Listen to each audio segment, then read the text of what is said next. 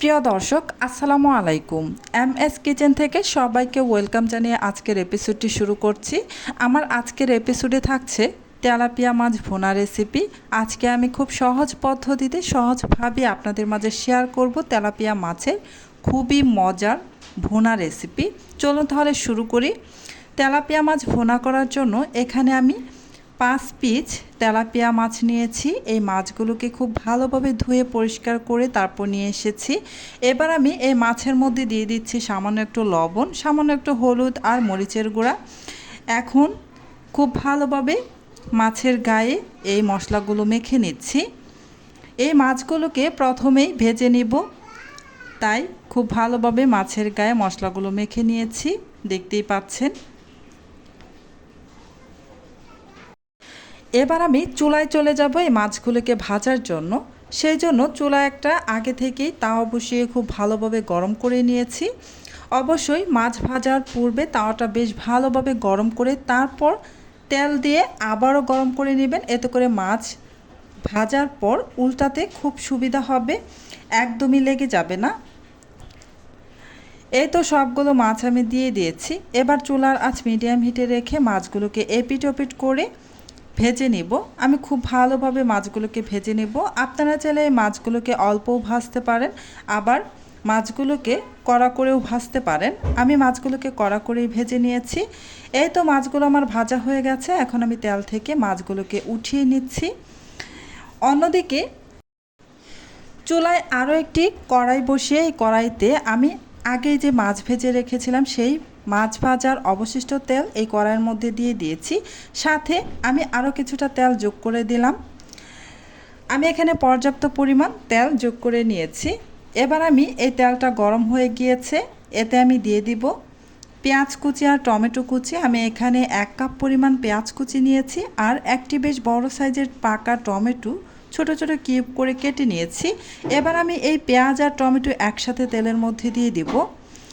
এই পেঁয়াজ আর টমেটো ভাজার পূর্বে এখানে আমি স্বাদ মতো লবণ দিয়ে দিব। এতে করে যেটা হবে, পেঁয়াজ আর টমেটো খুব তাড়াতাড়ি সফট হয়ে যাবে। এবার নেড়ে চেড়ে ভালোভাবে তেলের সাথে মিশিয়ে নিচ্ছি। চুলার আঁচ মিডিয়াম হিটে রেখে কিছুক্ষণ পর পর উল্টে পাল্টে এই পেঁয়াজ আর টমেটো ভেজে নিতে হবে। পেঁয়াজটাকে খুব বেশি ব্রাউন কালার করে ভাজা যাবে না। যখন এই পেঁয়াজ আর টমেটো নরম হয়ে যাবে তখনই এতে গুঁড়া মশলাগুলো অ্যাড করে দিব। এই পেঁয়াজ আর টমেটো নরম হয়ে গিয়েছে। এবার আমি এতে 1.5 চা চামচ মরিচের গুঁড়া দিয়ে দিলাম আর দিয়ে দিচ্ছি হলুদের গুঁড়া 1 চা চামচ পরিমাণ।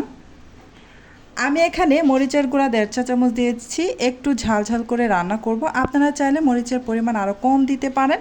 তারপর দিয়ে দিলাম 1 চা চামচ পরিমাণ ধনিয়ার গুঁড়া আর 1 চা চামচের 3 ভাগের 1 ভাগ জিরা পেস্ট। এবার নেড়ে চেড়ে খুব ভালোভাবে মিশিয়ে নেব। আমি পেঁয়াজ ভাজার সময় যখন পেঁয়াজটা সফট হয়ে গিয়েছিল তখন আমি এতে আদা রসুনের পেস্ট দিয়ে দিয়েছিলাম 1 চা চামচ পরিমাণ। সেই ভিডিওটা আমার স্কিপ হয়ে গিয়েছে। আপনারা এখানে আদা রসুনের পেস্ট 1 চা চামচ দিয়ে দিবেন। মশলাগুলো দেওয়ার পর আমি 1 মিনিটের মতো চুলার আঁচ একদম মিডিয়াম টু লো হিটে রেখে তারপর ভেজে নিয়েছি। এবার এতে সামান্য একটু পানি দিয়ে দিলাম যেন সমস্ত মশলা খুব ভালোভাবে পেঁয়াজের সাথে মিশে ভালোভাবে কষানো হয়ে যায়, সেই জন্য পানিটা দিয়ে দিলাম। এখন নেড়েচেড়ে একটু মিশিয়ে নিয়েছি। চুলার আঁচ মিডিয়াম হিটে রেখে মশলাটাকে বেশ ভালোভাবে কষিয়ে নিয়েছি। দেখতেই পাচ্ছেন মশলা থেকে তেলটা ছেড়ে দিয়েছে। এবার আমি এতে দিয়ে দিব পর্যাপ্ত পরিমাণ পানি। আমি এখানে প্রায় 1.5 কাপের মতো পানি দিয়ে দিয়েছি। এখন আমি এতে দিয়ে দেব আগে থেকে ভেজে তুলে রাখা মাছগুলো। একটু নেড়ে চেড়ে বেশ ভালোভাবে মিশিয়ে নিচ্ছি। এই তো ভালোভাবে মিশিয়ে না হয়ে গেছে।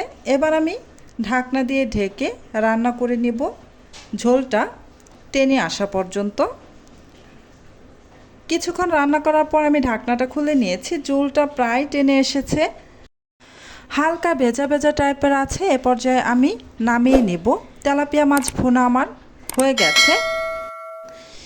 এভাবে খুব সহজ পদ্ধতিতে তেলাপিয়া মাছ ভুনা করলেও খেতে দুর্দান্ত লাগে। আপনারা চাইলে বাসায় এভাবে একবার ট্রাই করে দেখতে পারেন, খুবই মজার হয়। আমার আজকের এই রেসিপিটি আপনাদের কাছে কেমন লেগেছে কমেন্ট করে জানাতে পারেন। আজকের মতো এখানেই বিদায় নিচ্ছি। আবারও চলে আসব অন্য কোনো দিন নতুন আরও একটি রেসিপি নিয়ে। আপনারা অনেক বেশি ভালো থাকবেন, সুস্থ থাকবেন। আল্লাহ হাফিজ।